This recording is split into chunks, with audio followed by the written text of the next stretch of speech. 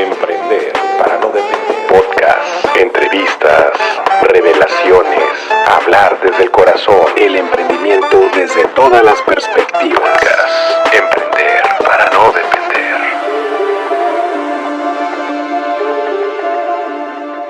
Bienvenidos otra vez a Emprender para no depender, porque tenemos un caso de estudio, un caso de éxito, y ya nuestro amigo Alejandro Pascalis nos va a contar cómo le ha ido en este mundo de emprendimiento, el que tú estás a punto de hacer. Seguramente desde tu trinchera estás pensando cómo despego, qué puedo hacer, con qué ideas puedo despegar. Y pues se trata de esto, de que tú con estos contenidos, estas entrevistas, estos podcasts, puedas apoyarte en algo y poder construir tu propia historia. Porque pues todos como seres humanos emprendemos una aventura, viene nuestra genética de exploración, desde que el hombre empieza a ser hombre y camina todo el mundo para conquistarlo, pues estas caminatas de emprendimiento también son parte de tu historia. Y bueno, bienvenido a este episodio. Alejandro, bienvenido. Muchísimas gracias por venir desde Querétaro hasta acá, a León, a tu tierra. Con gusto. Y bueno, pues gracias por compartirnos tu conocimiento y un saludo a nuestro querido Chacón de Terramano, que nos invitó también a esta entrevista, nos está compartiendo un caso de éxito. Él me dijo, ¿sabes qué? Tienes que hablar con mi amigo Alex, que tiene una historia muy, muy linda. Muy querido el Chacón. Y tiene un lugar muy especial para nosotros. No, y su café súper épico, tostado electrónico le llamo. Sí. Es un tostado de la IA, porque tiene mucha tecnología para tostar y chulada su Terramano, de verdad. Y bueno, mi Alex, pues parte de esa historia quisiéramos conocerte, ¿no? ¿De dónde viene Alejandro dentro de su perfil profesional? Y ahorita vamos a abarcar un poco el emprendimiento. Ok. Bueno, primero, gracias, Jorge. Un placer, Alex. A ver, ¿de dónde viene? Yo creo que viene de un camino, justamente como tú lo decías, de muchísima exploración. Creo que y un mundo y una historia de mucho cuestionamiento. Me considero una persona que tiene ciclos, o sea, como que nunca estoy, la palabra no diría que es conforme, simplemente como que estoy siempre buscando como que viene, como qué reto nuevo que puedo aprender, hacia dónde puedo crecer, cómo me puedo emocionar nuevamente con lo que estoy haciendo. Y al final, pues, para mí es un mecanismo que me mantiene muy retado y muy emocionado. Y creo que ha sido una constante en mi vida en general. Como que siempre desde que yo estudié, porque bueno, de entrada yo estudié diseño gráfico. Y desde que estoy estudiando siempre fue como, ok, ¿qué viene? ¿No? Y fundé una agencia de diseño aquí justamente en León. Con un muy querido socio en ese momento y hoy muy amigo. Y pues toda mi carrera fue justo como, ok, no me quedo con la escuela, me voy hacia el mundo laboral como para entender y explorar y pues sí, como lo emocionante de tus primeros trabajos, esos primeros sueldos, esos primeros ingresos. Y de ahí se terminó la carrera y puntualmente otra vez fue como, ¿qué viene? No me quiero quedar aquí en León. Traía mucha la espina, o sea, traía mucha escuela en ese momento, pues de las grandes agencias de diseño en México, que estaban haciendo cosas increíbles, o sea, porque creo que el diseño en general, o sea, el branding en México siempre ha estado muy adelante, haciendo cosas muy padres de una de las grandes escuelas de diseño que tenemos más en Monterrey. Puntualmente, por ejemplo, en ese momento el CEDIM, muchos egresados del CEDIM, pues, estaban haciendo cosas muy padres. Y fue como que conozco de una manera muy puntual, o sea, pues ni siquiera buscada, a quien fue mi socio durante 5 años, que junto con Ricardo fundamos una agencia que hoy considero que es una de las más importantes o que ha dejado una marca bien importante en el mundo de branding en México, que se llama The Branding People. Muchos nos conocían como TBP, a la fecha sí los conocen. Y con Ricky, pues emprendo también, o sea, de una forma muy casual, porque empezamos primero como él me contrata para un negocio, o sea, para una empresa en la que en la que trabajaba. Y trabajamos muy a gusto y de ahí es como, pues, oye, en las idas y venidas de Ciudad de México a León, esas buenas 4 horas era siempre cuestionarnos y decir, ¿qué viene? Oye, ¿no se te antoja irte a Ciudad de México y fundar una primera agencia de branding? Y fue como, pues, va. O sea, como que nunca me lo cuestioné mucho. Este tema del emprendimiento para mí siempre ha sido más como una exploración, un juego, un una posibilidad. O sea, es este libro en blanco que tienes enfrente y que dices, ay, mira, no pierdo nada, lo peor que puede pasar es que regrese a donde estaba y no es caótico. Por supuesto, se habla desde un punto de vista de privilegio porque pues, es distinto emprender en la nada cuando eres papá o cuando tienes compromisos económicos que son muy demandantes. Pero bueno, en ese momento yo tenía 24 años y era pues completamente libre y más bien muy emocionado de la aventura. De ahí 5 años después, o sea, estuvimos 5 años trabajando, la verdad, proyectos muy, muy padres, trabajamos con muchas marcas de León pues también, pero también empezamos a migrar mucho el mercado hacia Ciudad de México y fundamentalmente fue una agencia de branding, trabajos muy padres, crecimos el proyecto de forma increíble, pero nuevamente llegó a ese punto de mi vida en donde me empecé a cuestionar y dije, bueno, ¿qué viene? ¿Qué quiero? ¿Qué se me antoja? ¿Cómo quiero entender el diseño? Yo estaba un poco peleado con el diseño que nos enseñan en la universidad, que era mucho más desde un aspecto artístico, pero no necesariamente táctico, funcional, como de negocio, como un punto de vista realmente de convertir al diseñador en una pieza estratégica de una compañía y no únicamente como un ejecutor visual que termina en el último eslabón del proceso, ¿no? Y yo decía, no, mi labor tiene que ser mucho más que esto. En TVP lo explorábamos, pero estábamos un poco limitados por el modelo de negocio, o sea, por el proyecto en sí. Entonces me clavo durísimo con entender el diseño estratégico. De ahí conozco IDEO. IDEO, pues, es el papá del design thinking, digamos, o sea, y del diseño estratégico en general en el mundo. Yo decía, ¿qué hay aquí? Obviamente apliqué primero como en Estados Unidos y en los lugares donde estaban. No me dieron la chamba. Porque justo creo que, y hablando un poco, conectando con el tema del podcast, también creo que en ese momento me reconocí que no sabía, o sea, que al final había un marco de oportunidad enorme frente a mí y que yo no lo sabía y no estaba listo para emprender. Y creo que también es muy válido y muy loable el que puedas plantarte y decir, no estoy listo, no puedo, estaría padrísimo yo emprender esto, pero no lo conozco. Entonces, para conocerlo, qué mejor que hacerlo con quien mejor lo hace, ¿no? O sea, con quien mejor puedo aprender, con de quien más puedo absorber y lanzarme a un terreno, pues, desconocido, pero al mismo tiempo contenido. Entonces, para mí esa fue mi aventura, esta primera aventura, porque fue uno de mis primeros empleos formales. Realmente el resto de mi vida hasta ese momento había sido yo emprendedor. Pero en ese momento dije, yo no tengo ni idea. O sea, vamos a hacerlo con quien mejor lo hace en México. Y fue que llegué a Insitum, que Insitum en ese momento pues ya era una empresa que estaba como en 5 o 6 países más o menos o más, sobre todo LATAM. Creo que conocía muy bien todo el mercado de Latinoamérica. Y en México pues tenía un nivel de presencia bastante alto. O sea, creo que pues, la verdad Luis Arnal, que es el fundador, pues es como el papá también del diseño estratégico y el design thinking en México y en Latinoamérica. Entonces entró, o sea, fue un proceso súper rudo porque te hacen pasar por mil retos y tienes como un Hunger Games donde compites contra 40 personas en el mismo cuarto y al final te acaban escogiendo a 6, ¿no? O sea, es como, bueno, no un Hunger Games tal cual, pero bueno. O sea, es una competencia muy ruda y se sintió muy bonito el que yo hubiera podido terminar dentro de los elegidos, ¿no? Digamos. Y el simple hecho de estar en ese momento y de poder de alguna forma explorar, pero sin temor a equivocándome de una forma contenida.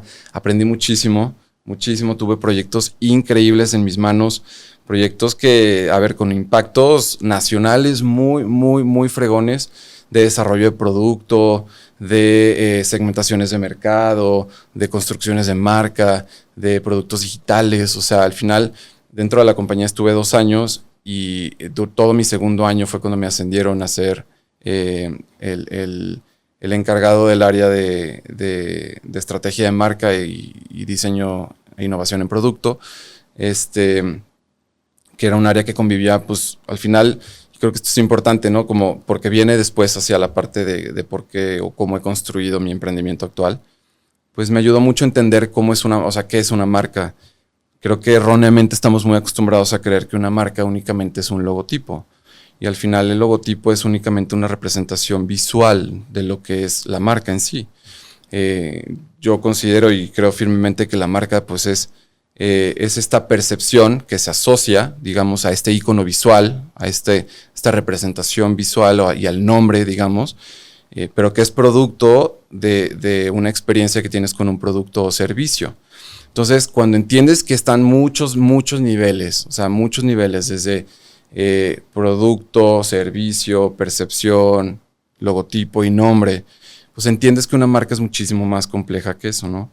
Y que enfocarte en crear un logotipo bonito, pero sin ponerle atención a lo demás, lo único que estás haciendo es pintar un cascarón que está hueco por dentro. Exacto. Entonces, pues de ahí creo que aprendí cosas muy interesantes, muy padres. Fueron 2 años bien bonitos. Creo que todas mis etapas laborales siempre han tenido como esta parte emocionante, muy retadora.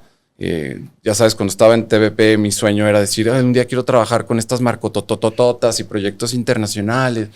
Llegué ahí, lo logré, llego a Insitum y lo logro, y entonces es como, ok, pero ¿qué viene, no? ¿Qué más hay? Y de ahí, bueno, fueron 2 años y me caso y pues decidimos mudarnos a Querétaro. Ya llevaba muchísimos años en Ciudad de México, entonces dijimos, bueno, creo que ya viene un cambio importante, ¿no? Nos queremos mudar a Querétaro. Y entonces, pues bueno, se presenta la oportunidad, nos mudamos a Querétaro, yo hablo con quien era mi jefa en ese momento, y en ese momento, muy casualmente, pues no había una cultura laboral a distancia, digamos, ¿no? Como esta, que posteriormente, 1 mes después o 2 meses después, llega la pandemia y nos forzó a todos. Uh-huh. Entonces, en ese momento fue como, no, si tienes que seguir viniendo, entonces no podemos continuar la relación laboral a distancia. Y dije, bueno, pues ni modo, mi ciclo acabó, yo avisé con mucho tiempo, cerré, entregué las llaves y me fui muy contento, muy agradecido con gente que aprendí muchísimo. Pero bueno, llego a Querétaro y fue como de, ok, ¿qué viene? Demonios. Y aparte de la pandemia, ¿no? Y creo que aquí empieza justamente la historia de dónde y del por qué llego a donde estoy hoy en el emprendimiento actual. Entonces me quedo en Querétaro en medio de una pandemia, sin chamba, pues completamente pues desubicado, entre frustrado, triste. No sé, fueron como muchas emociones y no fue sencillo. Yo creo que aquí viene una de mis etapas más retadoras y más complejas de mi vida, sobre todo profesional. Que fue pues llegar a Querétaro en medio de una pandemia. ¿Qué haces? No puedes explorar mucho, tienes que aplicar, pero en realidad, o sea, decía, ¿qué hago? Quiero regresar a trabajar en algún lado, pero no sé si me van a dar trabajo, porque pues es la pandemia y mucho recorte y como que no estaba el mejor entorno en sí. Venía como también de una racha bien bonita, porque justo antes de venirme fue cuando Doméstica me invitó al curso, a crear un curso enfocado en estrategia de marca, que llamé Introducción a la Estrategia de Marca, que está en Doméstica. La verdad es un gran curso. Cualquiera que tenga ganas de emprender y que quiera realmente profundizar más en una construcción de su marca, más allá del aspecto visual, creo que es un muy buen curso. Búsquenlo. Es introducción. Lo ponemos en la descripción. Sí, Introducción a la Estrategia de Marca en Doméstica. Tiene muchísimos formatos, tienen bastantes herramientas que pueden empezar a aplicar. Y bueno, yo venía muy emocionado de eso y decía, bueno, pues ¿qué va a venir después de esto? ¿No? Porque la parte de compartir para mí siempre ha sido una parte muy bonita. Yo creo que he tenido el privilegio yo en mi vida de ser muy suertudo y pues sí, siempre digo que es cuestión de suerte, de estar en el momento correcto, o sea, suerte y mucho trabajo, o sea, mucho esfuerzo. Pero es una combinación de ambas. Y en cierto modo creo que yo he tenido mucha suerte. Siempre he dicho que la parte de compartir y regresar a una industria que amo mucho, como es el diseño, de convertir a estos diseñadores en piezas fundamentales de un negocio, no únicamente en un eslabón, que es como, dicen que les gustan las mariposas y ponle rosita y entonces házmelo bonito, ¿no? Cámbiale la letra. Es como, no, creo que la mente del diseñador, como te decía hace ratito, el diseño no es un proceso de pensamiento que está enfocado a resolver problemas y todos diseñamos todos los días porque todos resolvemos problemas todos los días. Exacto. Entonces, la mente del diseñador está hecha para resolver problemas, para entender, desmembrar un problema y para poder encontrar soluciones viables, funcionales. Y dentro de la funcionalidad, pues hay muchas áreas, ¿no? Una área específicamente es la parte estética y visual, pero hay muchísimas partes, ¿no? Entonces, bueno, ya no para no entrar más por ahí, se pueden dar el clavado en el curso si les interesa. Uh-huh. Entonces llego a Querétaro y fue como, ¿qué hago? Y aquí creo que es un tema también importante porque como emprendedores tenemos que también reconocer cuando tu estómago no te está hablando de la forma correcta, o sea, cuando te está diciendo algo pero no lo quieres escuchar. Yo llego y es como, ¿qué hago? Entonces pues, ¿qué voy a seguir haciendo? Tengo que seguir haciendo lo mismo que he hecho siempre, o sea, o sobre mi misma línea de carrera, o sea, no tengo como muchas opciones porque hacer otra cosa es cuestionar de fondo y dejar de lado 15 años de carrera, ¿no? Entonces, pero dije, bueno, pues tengo que seguir haciendo lo mismo y me obsesioné con eso, mi estómago me decía que no, y al final, pues sí, o sea, constancia, trabajo, logro crear una agencia, una consultora de diseño de estrategia de marca que se llama Red Monkeys. Y conozco también a quien trabajó conmigo un rato, una muy fregona que fue cliente mía, luego se metió conmigo a trabajar y tuvimos proyectos increíbles también de alcance nacional y marcotas y nombres grandísimos y lo que tú quieras, pero, ¿sabes? Había una parte dentro de mí que estaba vacía. Como que era esa parte de sí, qué padre, sí, proyectos bien interesantes a nivel económico, bien interesantes a nivel, a lo mejor, currículum. Pero ¿dónde queda la parte del espíritu, del alma? ¿Qué tan llena está, no? ¿Qué tan pleno te sientes? Y tuve que pasar por eso para llegar a la crisis tan fuerte que tuve. Lo tuve que hacer, estuvimos 2 años, pero fue un pedalear. Desde el simple hecho que cuando sientas que tienes que esforzarte tanto y que no fluye, el esfuerzo no significa que te vas a sentar y como que vas a esperar que todo parezca mágico. Pero cuando sientes que no fluye, hay algo que te está diciendo ahí el universo, la vida, Dios, lo que crean, no importa. Está diciendo no es por ahí, no fluye, no es algo en lo que naturalmente tú estás o listo o que sea realmente lo que te apasiona y te mueve el espíritu. No fluya, era como mucho trabajo desde el postear y hacer mis campañas de Instagram, era como, o sea, no fluye, le tengo que pensar mucho, no es natural. ¿Mande? ¿Ya no eras tú? A lo mejor sí de una parte de mí, pero no 100% yo, y no era natural. Entonces, cuando te cuesta tanto, es como una relación amorosa, cuando tienes que estar ahí pedaleando y que dices, no fluye, no es natural, no es para ti. Claro. No es para ti, por más que lo forces y puedes durar 5 años en una relación de ese nivel, porque estás obsesionado con eso, pero pues no es para ti, ¿no? Y cuando todo fluye de una forma natural, orgánica, bonita, es que estás por tu camino, ¿no? Eso obvio me costó mucho trabajo llegar ahí, pero fueron 2 años, proyectos bien fregones, pero pues al final como que me desenamoré mucho de la industria, ¿no? De decir, ay, qué padre trabajar con esta marcota, pero que te maneje 120 días de crédito. Y dices, no manches, financia todo, o sea, con un bebé como yo, que tengo que poner todo en riesgo para poder pagar un proyecto de ese tamaño. No.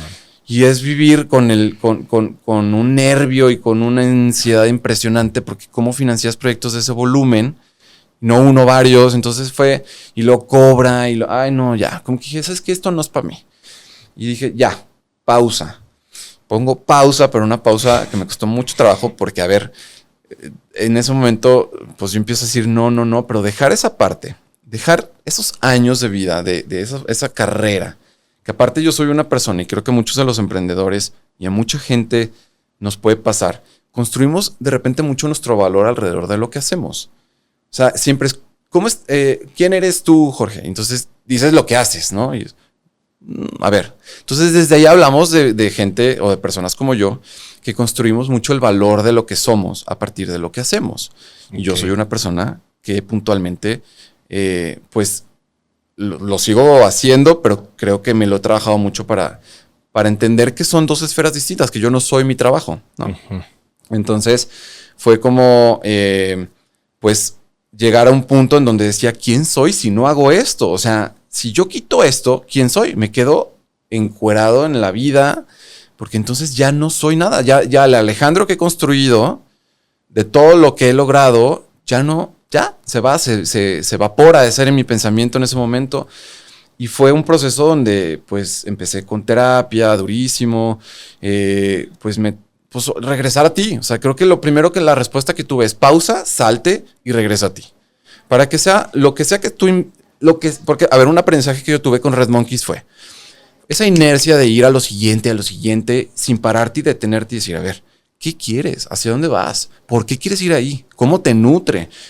¿Por qué quieres llegar a ese camino? ¿Cómo vas a llegar ahí? O sea, y dejar de estas respuestas de inercia, de esta inmediatez y de querer tapar el sol con un dedo, como, ¿qué sigue? Ya, pum, vámonos a lo siguiente. Fue, no, vamos a parar y regresa a ti. Primero tú tienes que estar bien, porque si tú estás bien, vas a tomar la decisión correcta y clara y con la mente clara. Si no, vas a volver a tomarla con el estómago, con la mente nublada, con la emoción, con el... Ya no quería eso, porque ya me había pasado eso en Red Monkeys. Dije, ya no quiero volver a equivocarme.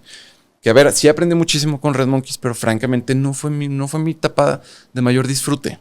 Entonces, pauso. ¿Y cómo pauso? Bueno, un montón de terapia. Eso sí, o sea, mi terapeuta me ayudó muchísimo. Fue regresar a mí, a entender esta parte de mi relación con el trabajo, de mi relación con mi vida profesional, a dejar ir, o sea, a desprenderme de todo, o sea, porque a ver, desde como emprendedor muchas veces dices, empiezas a tener como medallitas o insignias como que acreditan tu valor profesional. Una para mí fue, por ejemplo, mi camioneta, ¿no? Toda la vida soñé con una camioneta muy fregona, lo que tú quieras. ¡Pum! Me la compro, ¿no?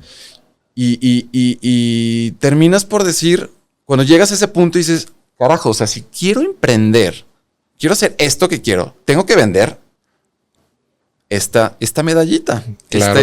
Esto que para mí representa el producto de mi éxito, entrecomillado, por años entonces me costó mucho, porque desprenderme de eso no era la camioneta en sí.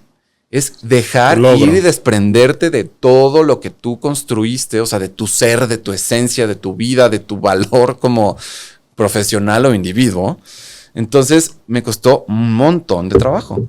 Y entonces, por fin, creo que me decido en algún momento y digo, creo que, bueno, estoy listo, pero antes de tomar la decisión, porque, bueno, voy a regresar un par de años atrás. Es muy curioso, me acuerdo mucho porque no se me olvida. Dentro de In Situ tuvimos un taller de los líderes de ciertas posiciones de liderazgo en la compañía. Nos pusieron un taller como pues de liderazgo, de desarrollo humano, etcétera, etcétera.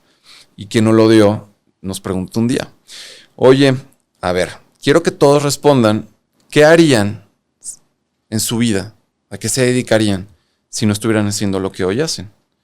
Y yo, pues, a ver, en ese momento yo no había explorado ni una sola vez con pan. Toda la vida me llamaba a la cocina y de chiquito decía quiero hacer merengues y me ponía a hacer un embarradero en la cocina con mi mamá pero nunca me salían y así era como vivía dentro de mí de alguna forma. Hoy mi mamá en la mañana me decía que posiblemente vivía dentro de mí una parte porque creo que mis abuelos eran panaderos. ¿Qué? Entonces digo, bueno, tal vez había una inercia y genética de energías, no lo sé. Pero a ver, nunca ni siquiera lo había procesado en mi mente. O sea, yo no estudié ni para ser chef ni nada. Pero bueno, me preguntan y me dicen, oye Alejandro, ¿qué harías tú? Y yo digo, pues creo que yo sería panadero. Entonces se quedan como, qué loco, como el panadero, ¿no? Me voltearon a ver de verdad. Y digo, sí, yo creo que sí lo haría. Me gusta mucho. Nunca había hecho nada. Y ahí se quedó. Ahí murió. Pasaron muchos años, creo que 4 años. 2 años después, 3, 4 años, más o menos. No sé, ahí sí estoy perdido en los tiempos porque creo que la pandemia para todos nos pasó como, pues en las nubes, ¿no? Sí. Entonces, de repente, la pandemia para mí fue... Y dentro de este proceso de terapia, porque ojo, fue todo esto a la par. Así como estaba en terapia, para mí el pan se convirtió en mi terapia.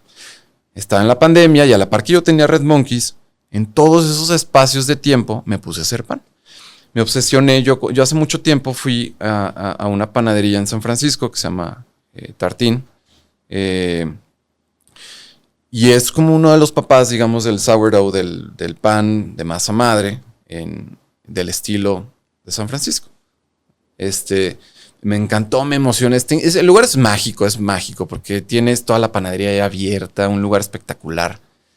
Muy, muy bonito. O sea, para mí siempre, aparte de las panaderías, todos los viajes los construyo a partir de los cafés y panaderías. Sí. Entonces siempre es como voy a viajar a un lado, investigo zonas donde están lugares de una panadería, de un café, y mucho estructuramos la visita de la zona de la ciudad alrededor de eso. Entonces siempre ha estado muy intrínseco, porque es mi lugar de paz. Para mí una panadería, una cafetería, siempre fueron estos lugares que amo, que me encanta sentarme, la música, el ambiente, la gente, comerte un buen pan. Mi abuelo era panadero de diario, yo creo que diario compraba una bolsa de pan. Entonces mi papá igual. Entonces siempre estaba ahí. Cuando es la pandemia, me empiezo a explorar y digo, pues mira, ponte a hacer pan. Y entonces me pongo a hacer pan. Compro libros, un montón de libros, empiezo a tomar cursos, un montón de cursos digitales y empiezo a entender. Pero desde un aspecto ni siquiera pensado que me iba a dedicar a eso, simplemente como un juego, como terapia. Para mí fue mi terapia.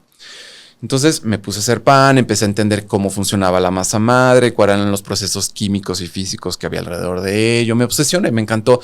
Llevaba como mi diario, donde escribía todo, prueba y error, porque todo es prueba y error, prueba y error, prueba y error. Al final, son pequeñas modificaciones de temperatura, de humedad, de tipos de harina, de la cantidad de proteína que tiene una harina, o sea, la fuerza, digamos, de una harina, del pH. Es química y física con magia. Hacer pan, yo siempre he dicho eso, porque al final creo que es esa parte muy dura, que es la química y la física, pero muy mágica, que es la parte creativa, la parte visual, la experimentación. Y creo que justo para mí como que amalgamó mucho mi experiencia previa del diseño, porque al final el diseño es eso, tiene una parte muy dura, muy estratégica, de mucho entendimiento teórico, técnico, estratégico, con un aspecto muy creativo, muy artístico. Y el pan para mí fue una representación nueva de mi historia. Y cuando lo entendí así, fue como, wow, no estoy dejando todo atrás, estoy reinterpretando y o sea, lo que hacía lo estoy haciendo de otra forma. Se materializa de otra forma, que hoy es el pan. Y entonces, en 2 años durante toda mi vida de Red Monkeys, explorando pan. Leía una comunidad muy bonita. A mí me encantó que yo le escribía a gente de Instagram, a panaderos que estaban haciendo cosas increíbles en cualquier parte del mundo. Oye, es que no me sale, se me hace el pan horrible, se me aguada, es que la temperatura. Y me escribían a ver, mándame fotos y dime cómo está tu temperatura y dime cómo... Y me ayudaron, y me ayudaron, y me ayudaron, y me ayudaron en México también. Le escribí a varios de los que también hoy son, pues, gente del gremio que está construyendo a esta nueva ola de panaderos, digamos, y que está haciendo cosas muy fregonas en México. Entonces les escribí y me contestaban, y así fue aprendiendo. La verdad es que fue prueba y error y siempre preguntar. Entonces, nuevamente, creo que eso para un emprendedor es pregunta todo lo que tengas que preguntar y acércate con gente de la que puedas aprender. Yo creo que muchas veces ¿cómo le voy a preguntar, no? ¿Cómo me voy a atrever a preguntar? Le voy a decir que estoy bien, güey. Pues qué padre que sepas que estás, güey. O sea, y güey, no, en el mejor sentido, es reconocer que no sabes todo. Es reconocer que tienes muchísimas áreas de oportunidad y que hay mucho que aprender, y creo que eso es lo mágico de emprender. O sea, que tienes un montón de posibilidades enfrente. Entonces pregunta y pregunta y pregunta. Yo soy una persona que toda mi vida, creo que eso ha sido una clave muy bonita de mi vida, que es preguntar. No me da pena preguntar y busco a quien tenga que buscar y neseo las veces que tenga que necear. Y todos genuinamente creo que estamos dispuestos a compartir. Fíjate cómo es que desdoblas tu vida a partir de lo que tú eliges como estudio, como una profesión. Cómo vas de una marca a una agencia y desglosas bien quién eras en ese momento y quién eres ahora, ¿no? Pero nunca dejaste un proceso creativo. O sea, llegaste a tu emprendimiento resolviendo algo, así como en las marcas lo haces, pero encontraste una comunidad. Creo que esa comunidad es la que quizás no encontraste en el mundo del branding, pero en el PAN sí hay gente que sí está dispuesta a compartirte ese cariño por algo que sí aman hacer, ¿no? Creo que en el mundo justo de branding, que cuando tuve la agencia, sí había esa comunidad, una comunidad el gremio artístico es receloso un poco, pero también es muy compartido y hay una comunidad muy bonita donde creo que todo el mundo nos retábamos siempre. Pero justamente en el mundo corporativo se vuelve un poco más complejo. O sea, ya hay mucha como competencia, ya se vuelve más político el asunto, más político, ¿no? Ajá, te ponen el pie, te ganan una cotización. Sí, se vuelve exacto, muy político. Es como quien da menos, entonces le quité la idea que me encantó de esta agencia, le digo a mi cuate que mejor que me la haga y se vuelve menos natural, menos orgánico, para mí, menos disfrutable, porque se vuelve muy político, muy corporativo y ese mundo fue lo que a mí no me gustó. Puntualmente yo dije, no me gusta tanto ese mundo corporativo, no me encanta. Que tu sentimiento ahorita que lo estás compartiendo, creo que muchas personas se identifican con lo que estás diciendo, que a lo mejor sientan ese agridulce en hoy necesito este trabajo, estoy en ese trabajo, pero estoy viendo cómo Alejandro está sintiendo esto y cómo lo está expresando y creo que estoy expresando lo mismo, pero no me atrevo todavía, ¿no? ¿Cómo llegar a ese punto de atreverse? Yo creo que das en un punto clave, porque creo que también, y cada historia es distinta, cada emprendedor es muy distinto. Yo creo que emprender cuando eres mamá soltera, o cuando eres papá soltero. Es diferente. O cuando tienes 3 hijos, a un hijo. A cuando estás completamente joven, de 22 años que no tienes nada que perder porque puedes caerle a tus papás mañana. A cuando ya tienes 45 y que pues dices, híjole, mi vida depende de este ingreso, ¿no? Creo que cada contexto es bien distinto. Yo voy a hablar desde mi propia historia. Que en mi historia, pues al final, en los primeros emprendimientos, pues no tenía nada que perder porque al final del día, pues podía tener un estilo de vida donde comía quesadillas en la esquina de Ciudad de México y no pasaba nada y tenía 3 roomies y pues decías, me estoy divirtiendo. Es más, ni lo pensabas, ni siquiera el número en la cabeza lo tenía, no me importaba cuánto ganaba, era el jugar y el divertirme y el explorar y jugar a que éramos una agencia de branding en Ciudad de México viviendo en la zona más cool que era y esa parte era lo emocionante, no era como cuánto gano, ¿no? Y con quién trabajo. Ahora, pues bueno, en esta última fase, previo a arrancar con Fausto, que Fausto es la panadería en sí, ahorita regresaré a qué se llama, porque Fausto, sí. Pero creo que tiene que ver fue a lo mejor una etapa donde yo había un compromiso económico, ya estaba casado, ya era más complejo como el no cumplir con lo que tenía que dar a la casa, digamos, ¿no? Con la manutención de la casa en sí.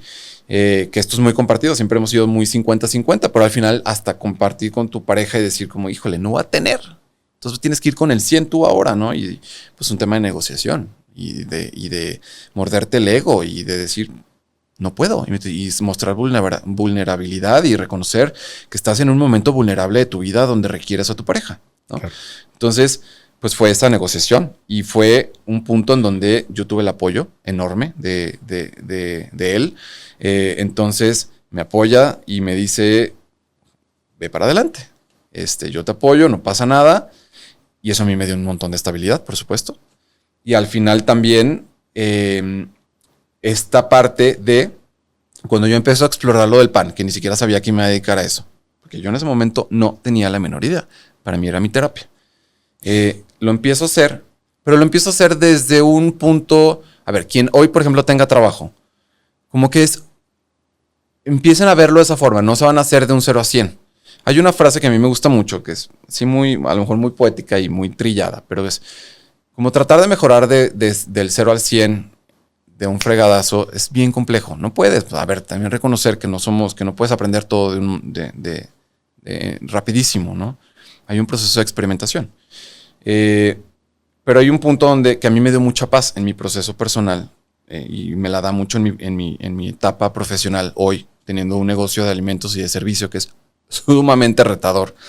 Pero miren, si logramos mejorar un 1% diario, vamos a poder mejorar un 360 al año. Entonces, cuando lo desmenuzas un poco y dices, bueno, un 1% es viable, se puede, no te agobia. Pero si lo piensas en un 360%, no manches, acabas agobiado, tenso, con una ansiedad brutal y acabas sin mejorar absolutamente nada. Exacto. Entonces, a mí me dio mucho paz eso. Decir, voy a mejorar un 1% a la vez. Y así fue mi creación del pan. Un 1% de experimentación. Apuntaba todo, llevaba mi diario donde decía, hoy puse esta temperatura, esta harina, este porcentaje, mañana voy a hacer esto, y mañana pasado esto, y así. Y esa parte creo que me dio mucha paz de poder. Yo tenía un ingreso, de alguna forma, durante este momento, pero terminaba y exploraba esta parte. Entonces fue un proceso de transición muy sano, en donde no me quedé desprotegido al 100% en ese momento, y empecé a explorar. Cuando tomo la decisión y digo, ya, no quiero lo que estaba haciendo antes, y ahora me voy a ir por este camino, y lo que significaba emprender era, pues, desde empezar a hacer el plan de negocios. O sea, también es como no emprender como ok, siempre dan con el corazón en la mano, pero con la cabeza en el otro, o sea, con el cerebro en la otra. O sea, es como, vamos a entender a dónde voy.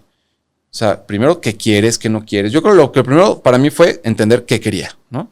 Y por ahí me fui a un taller de yoga y meditación, 30 días, en Mazunte, en una escuela muy fregona. Y fregona me refiero por el espíritu que maneja. O sea, porque creo que me enseñaron muchas cosas muy valiosas que hoy para mí son muy relevantes, que es la meditación y el yoga. Entonces me fui un mes, me desconecté del mundo, literalmente dije, un mes yo no estoy, desaparezco. Ni me busquen, ni estoy, ni contesto WhatsApp, no tengo celular, no tengo nada. Es mi momento, mío, donde voy a descubrir qué demonios quiere Alejandro. ¿Quién es Alejandro?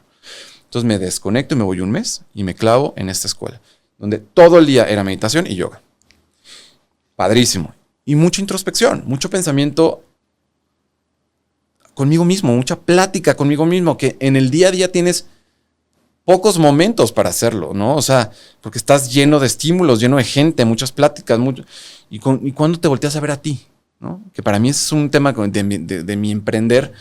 Es como emprendo y dejo el alma y el corazón y el cuerpo, y en eso pues me pierdo yo, que creo que es uno de mis trabajos actuales. Cómo no perderme en el proceso para no quemarme.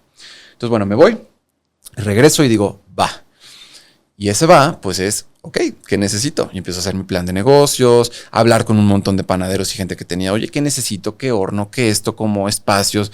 ¿Qué sí, qué no? ¿Qué pongo? ¿Qué infraestructura? ¿Qué electricidad? Entonces empiezo a hacer mis tablas y mis Exceles y todo lo que tenía que, todo empiezo a entender de qué va, porque pues yo nunca lo había hecho, yo no estudié cocina, yo jamás en mi vida había hecho esto. Entonces fue, pues órale. Y me topo íbamos a este local, en el local en el que estamos ahora. Y yo me paraba ahí y decía, algún día voy a hacer algo aquí. Llámale oficina de branding, llámale lo que tú quieras, porque en ese momento ¿Te gustó el lugar, no? El lugar está espectacular, tiene una vista hermosa, una reserva increíble. Que aprovechemos, la dirección es...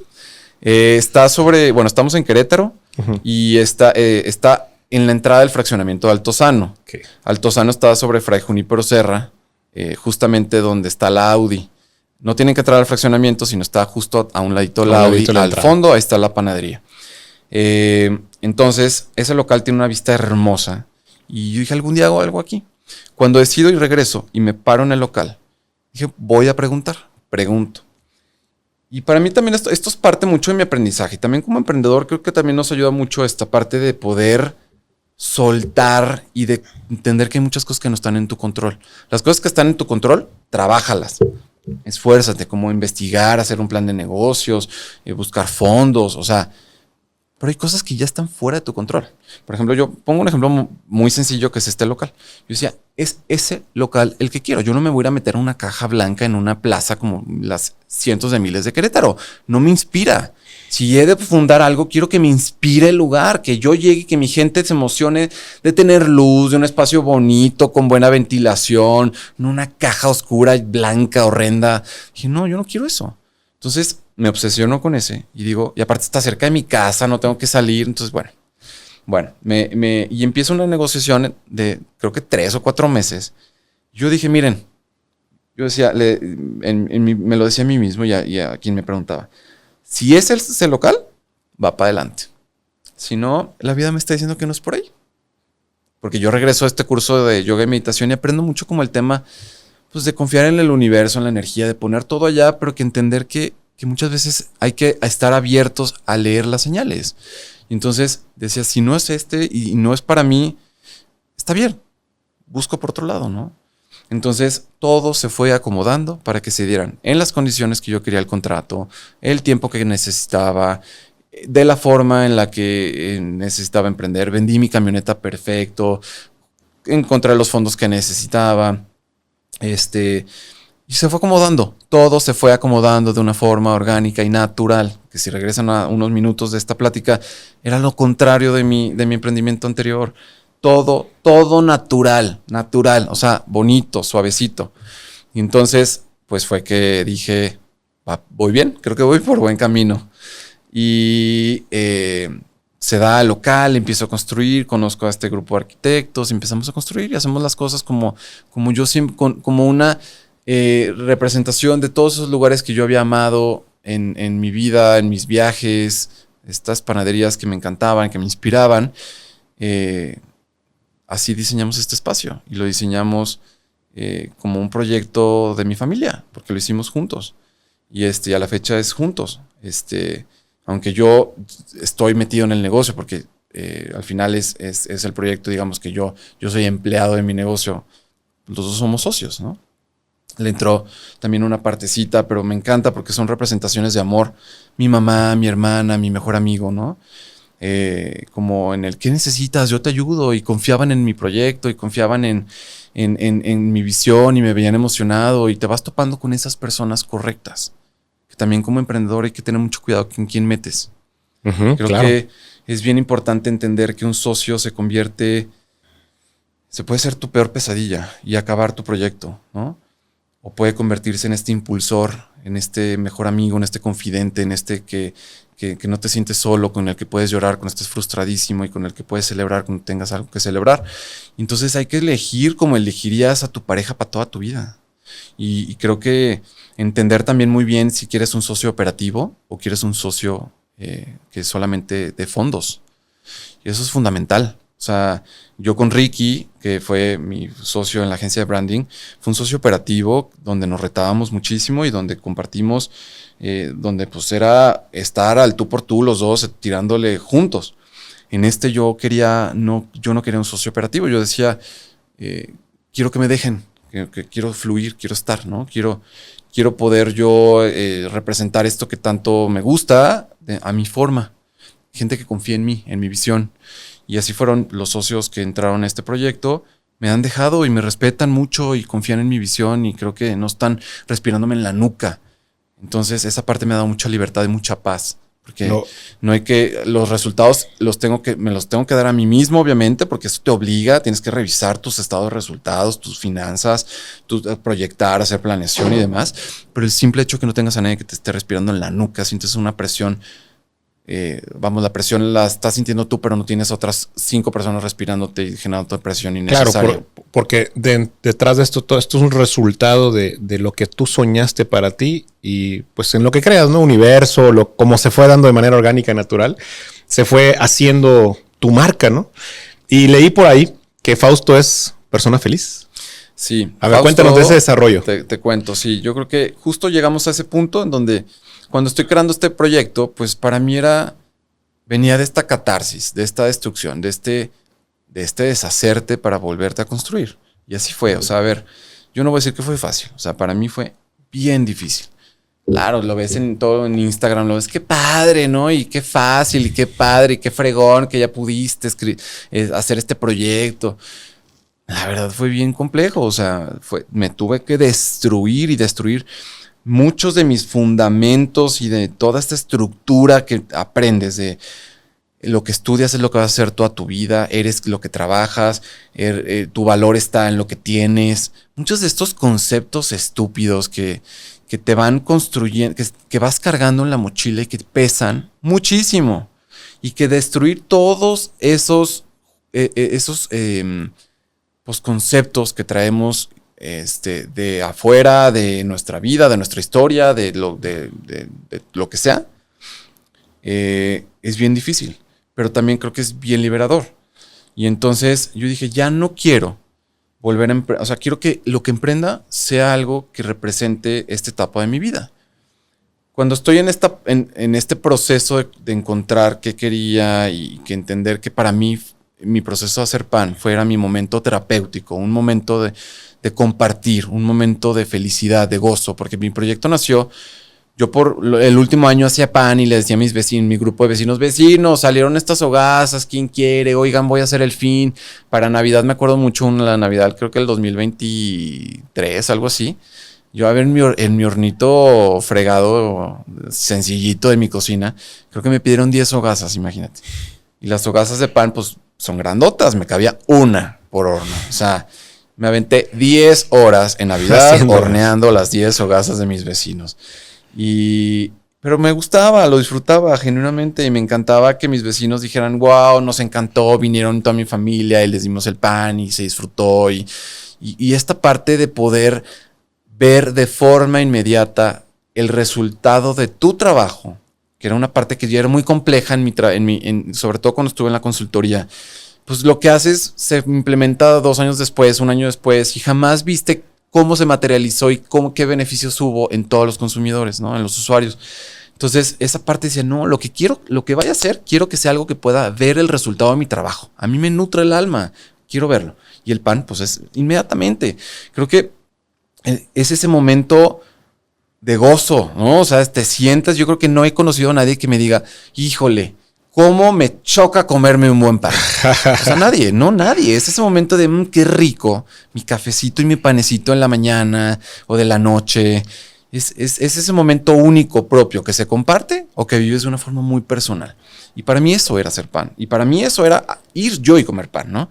Entonces, cuando empiezo y bajo estos conceptos, que justo todo esto lo veo, por ejemplo, en el curso de doméstica, porque quien esté en este dilema, ahí viene. O sea, ahí explico mucho de este proceso. Y entonces empiezo a bajar nombres. Y llegó a Fausto. Fausto, aparte que me encantó, porque así se llamaba el papá de mi padrino. Mi padrino es italiano, también muy metido en la cocina y demás.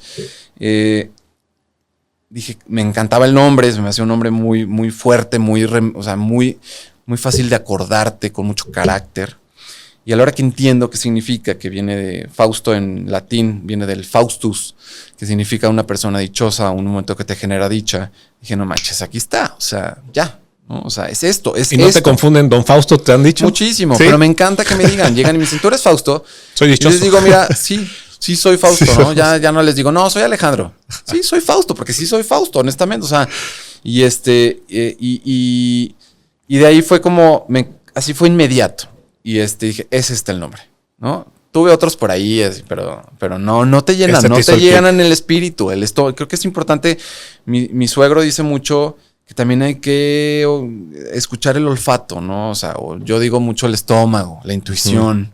Y la intuición no falla, te escucha. Es que de repente todo lo queremos mentalizar demasiado y el estómago te está diciendo, va por aquí. Escuchen también esa parte. Entonces, fue como muy claro ese nombre y muy representaba perfectamente lo que yo quería. Y creo que ese ha sido mucho mi lema y vivir bajo ese nombre. Y creo que todas las decisiones de negocio que hoy yo he tomado, las decisiones alrededor de Fausto, han sido alrededor de eso. Desde la estructuración de nuestros valores, que para mí siempre ha sido muy claro. Creo que es muy, muy... Para mí, cuando la gente me dice, oye, no sientes que como no estudiaste para ser chef, pues que te necesitas estudiar. Yo les digo, miren, evidentemente siempre puedes aprender. Yo aprendí de una forma muy autónoma, ¿no? Yo libros, cursos, pero muy autodidacta, muy personal.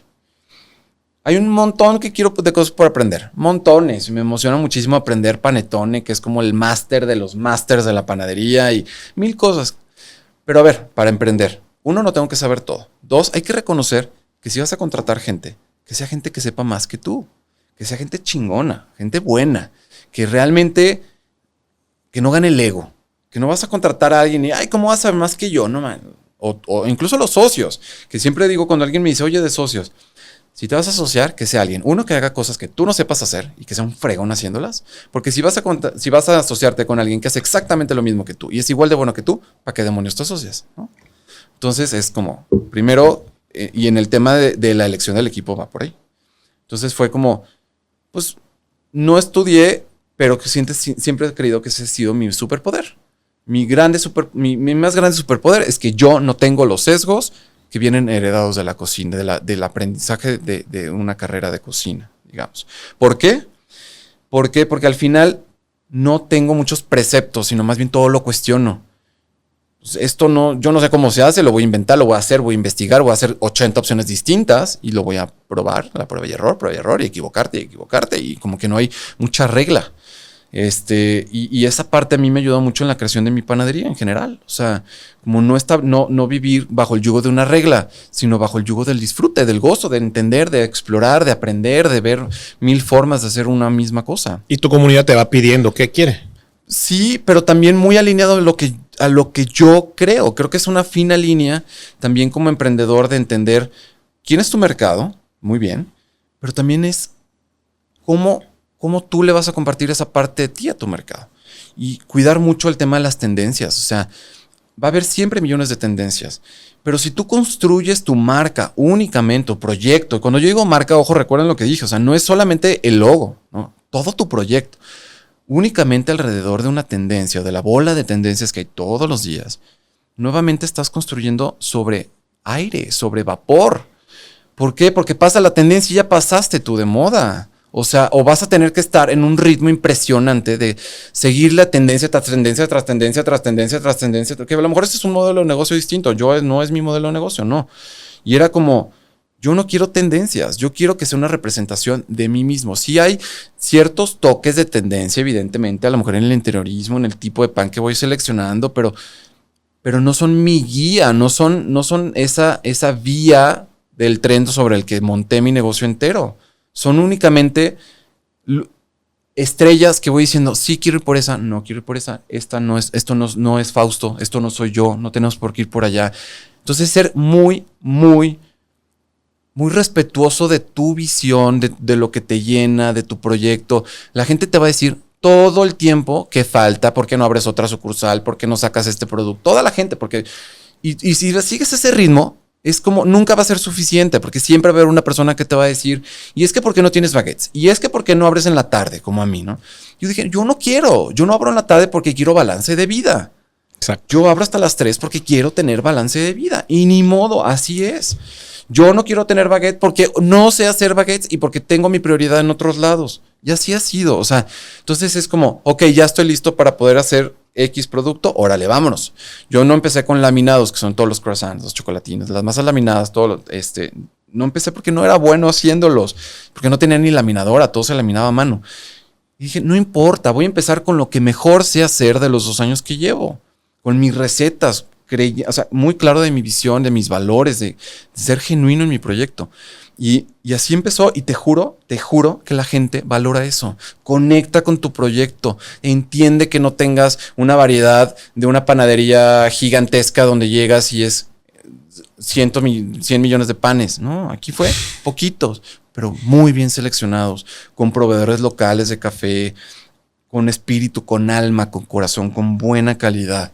Entonces, y ese ha sido como mi eje central. Y regreso como por mi superpoder de no haber estudiado, porque también desde ahí, desde la conformación de los equipos, sí creo que somos muy claros y sabemos, hay muchas historias de esta figura del chef como pues muy rígido, muy explosivo, muy como pues una figura de altísima autoridad, pero muy dictadora dentro de la cocina.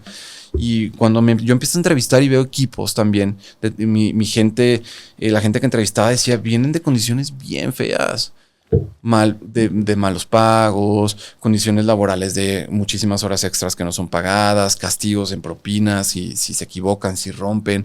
Yo venía de una industria que no funcionaba así, de una industria pues con mejores salarios, con mejores condiciones laborales, con una buena cantidad de vacaciones, días personales, pues una capacidad de negociación oye, pues a mí me siento mal si no voy, no me están súper mega castigando y ya te vamos a quitar las propinas y rompí una taza y entonces como te la voy a descontar de tu sueldo, ¿sabes? Es como si no te podías equivocar, o sea, como de una industria que trabajaba de lunes a viernes en lugar de todos los fines de semana.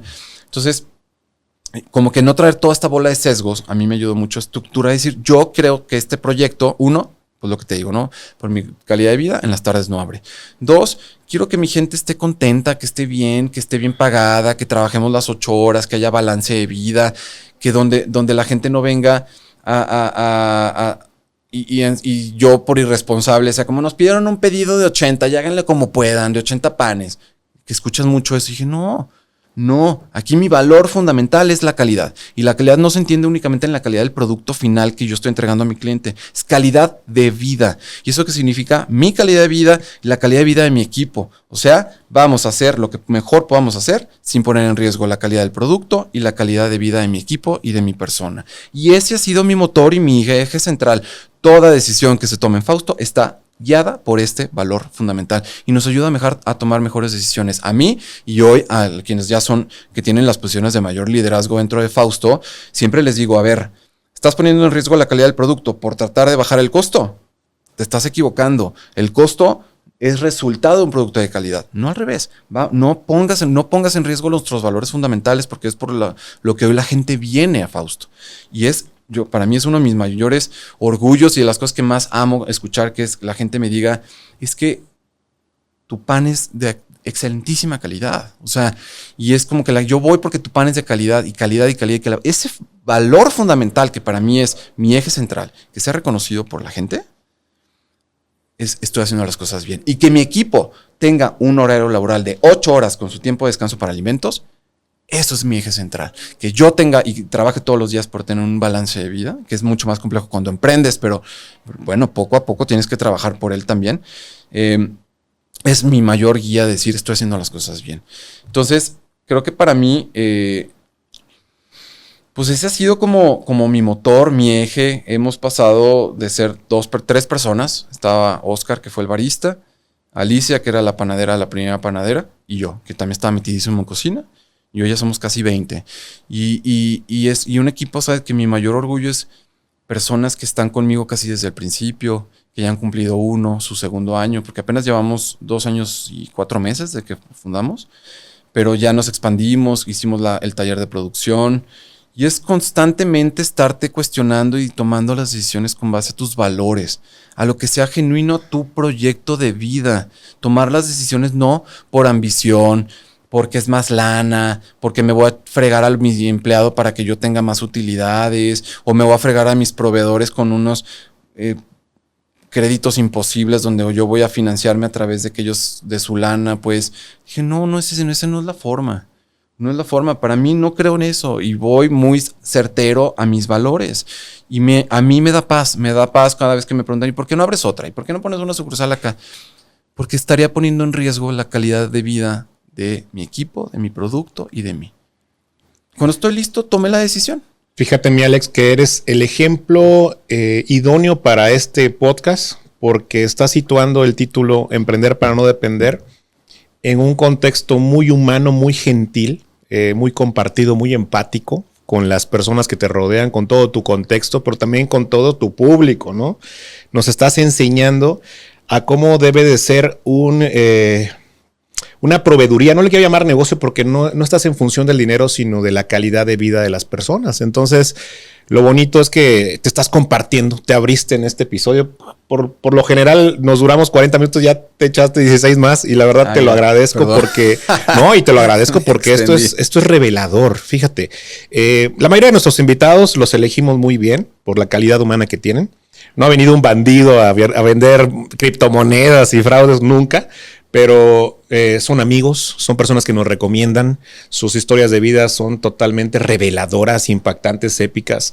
Y tú has dado un ejemplo claro en este episodio de lo que puedes hacer siendo tú. Porque vemos muchos clichés, ¿no? En las redes sociales y muchos ejemplos nos has dado del cliché de tienes que ser tú y esto y lo otro y el clásico materialismo del Ferrari, del helicóptero, del supuesto éxito, ¿no?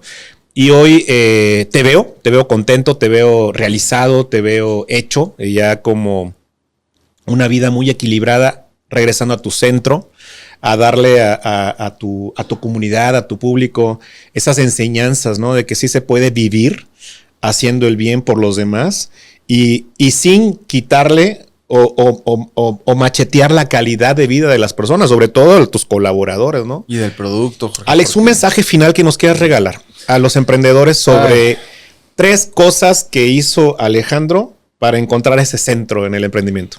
Yo creo que lo primero es reconocerte vulnerable y que no sabes todo. Y en ese reconocimiento de la vulnerabilidad es que se vale no saber, se vale preguntar, se vale llorar, se vale vivir emociones o sea, que de repente no nos permitimos como emprendedores o como personas. Pero se vale preguntar, buscarlo. O sea, no tenemos que tener todas las respuestas. Creo que la siguiente es ser muy genuino, muy fiel a tu persona, a tu proyecto, a tus valores. Que no te gane la ambición, que no te gane el ego, que no te gane los pesos extras que pueden llegar a ser y que pongas en riesgo tus valores, ¿no? O sea, eso que realmente es lo trascendental. O sea, al final, entender que tu trabajo es una extensión de ti mismo, no eres tú. Entonces, que sea genuino a ti. Porque si no, es horrible que una vez que pasas esa línea, ya no te sientes cómodo. Ya son líneas que se pasan muy fácil y que luego es muy fácil seguirlas pasando, ¿no? O sea, cuando tomas decisiones contrarias a tus valores, ¿no? Entonces, ser muy genuino en eso, porque creo que ahí está justamente la felicidad. Y para mí el éxito hoy es eso. No está en el coche o en el viaje o en la casa. En estar haciendo algo que amo, que me encanta, que tengo balance. O sea, la gente me dice, oye, ¿y cómo es emprender un negocio de alimentos, ¿no? Les digo, miren, es la mayor friega de mi vida. O sea, el desgaste físico es enorme. No tienes vacaciones cuando todo el mundo tiene y descansas cuando todo el mundo no está descansando. Entonces tienes que poner muchas cosas en sacrificio, dejar muchas cosas. Pero me desgasta el cuerpo, pero no el espíritu. Y eso para mí es fundamental. No estoy desgastado del espíritu. Mi espíritu sigue vivo, emocionado. Bien cansado yo el cuerpo. Pero eso se sobrelleva.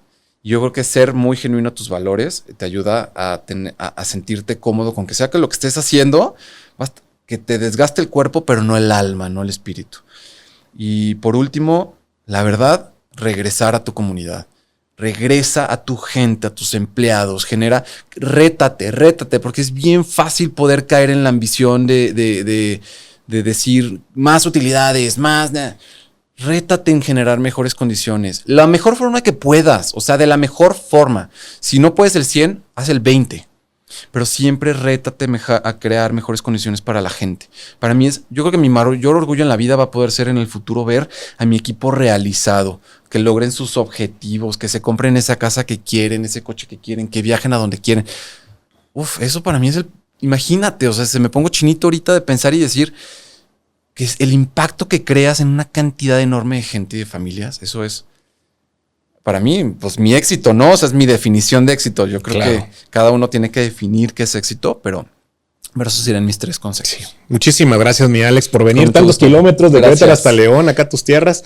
Y pues gracias a ti por vernos este episodio. Sí, felicidad gracias. Con F de Fausto, no lo olviden. Van a estar toda la descripción aquí en el video. Y pues bueno, gracias por compartirnos este tiempo tan valioso, mi querido Alex, de esta historia de vida, historia de éxito y cómo fue y volvió de un lado y otro.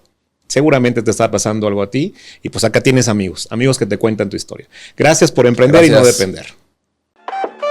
Emprender para no depender. Podcast, entrevistas, revelaciones, hablar desde el corazón, el emprendimiento desde todas las perspectivas.